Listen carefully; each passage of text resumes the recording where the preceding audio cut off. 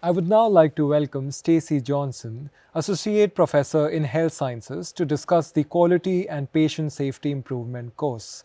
Welcome, Stacey. Thank you. So, the MSc in Quality and Patient Safety Improvement is taught by the School of Health Sciences at the university. So, can you give us an overview of the course and its main focus? Yes, would love to. Obviously, I'm sure everybody says this, but it really is the best course. And the focus is creating leaders who create cultures of patient safety and also who create cultures of quality improvement. The focus is clinical, but actually a range of settings. So we've got people who come from hospital backgrounds, people who are working out in the community, social care, not even just healthcare directly.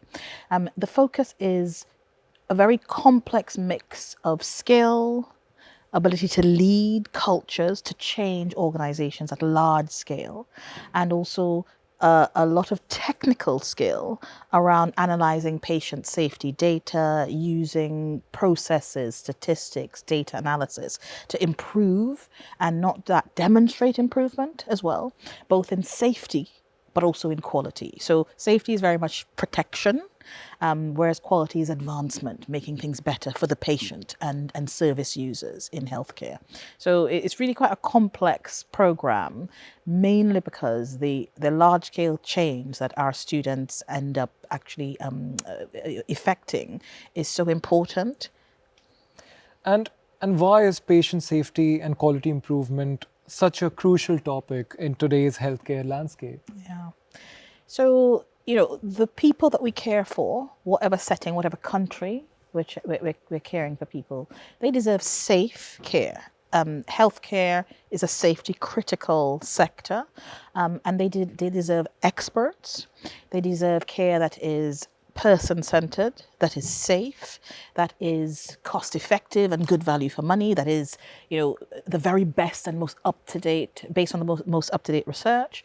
But also, organizations deserve to be able to deliver healthcare that's efficient.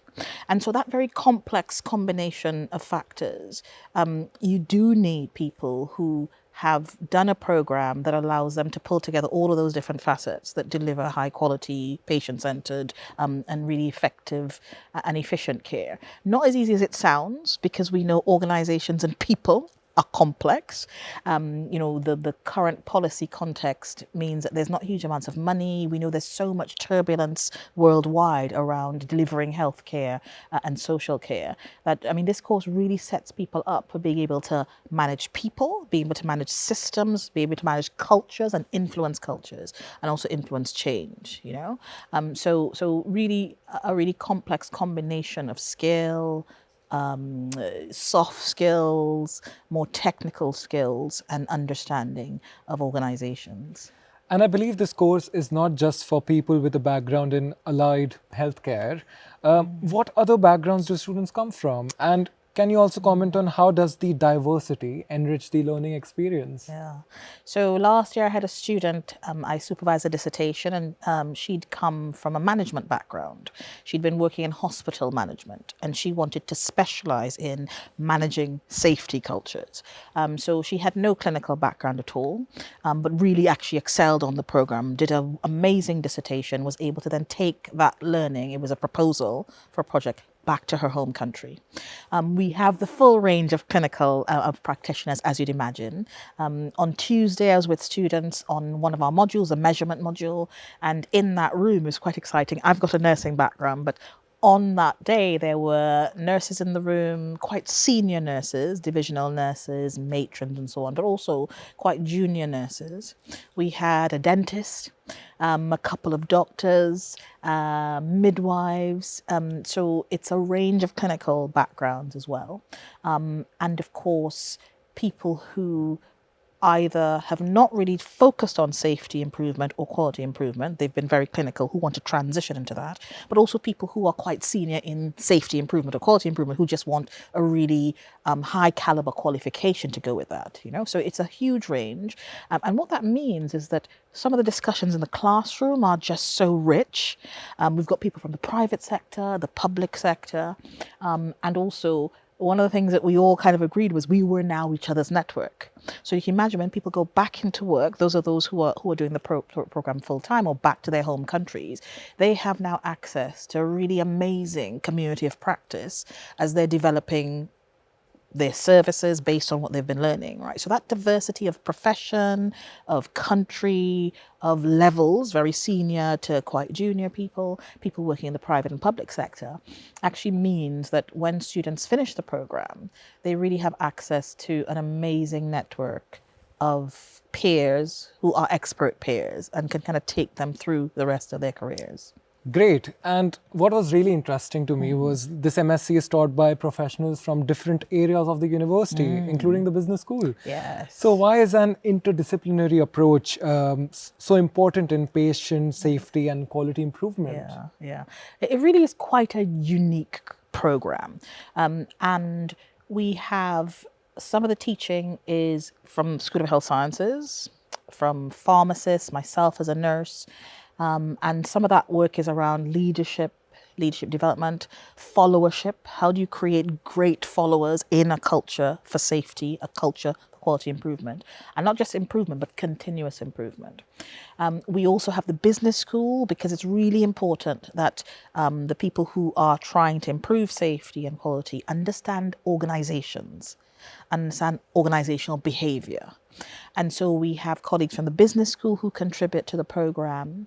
And of course, we need to get people who can understand the interaction between people and their environments, people and machines, people and alarms that can drive safety improvement. So we even have a whole module taught by the School of Engineering.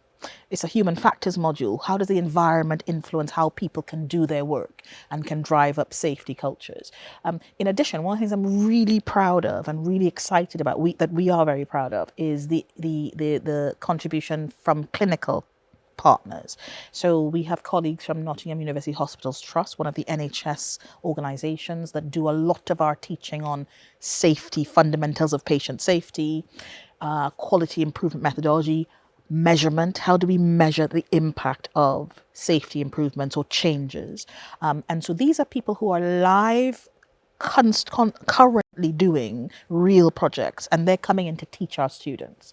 And of course, because of that really close relationship with NHS and healthcare partners, we also can provide students with opportunities to look into some of those organizations as well. So that interdisciplinarity is something that's really unique about the program, but really, again, prepares students to deal with the complexity of improving safety standards in whatever setting they end up in, and also to always be driving quality improvements as well.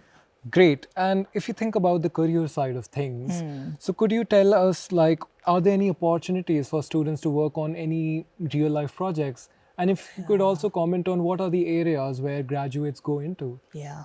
So they come from all over the place and they go back all over the place, you know. So we've got one of our visiting, our honorary assistant professors is a former student of ours, did the program a few years ago, and he is in the private sector doing consultancy, one of the big consulting organizations. I won't name them, but he is there as a patient safety and quality improvement consultant.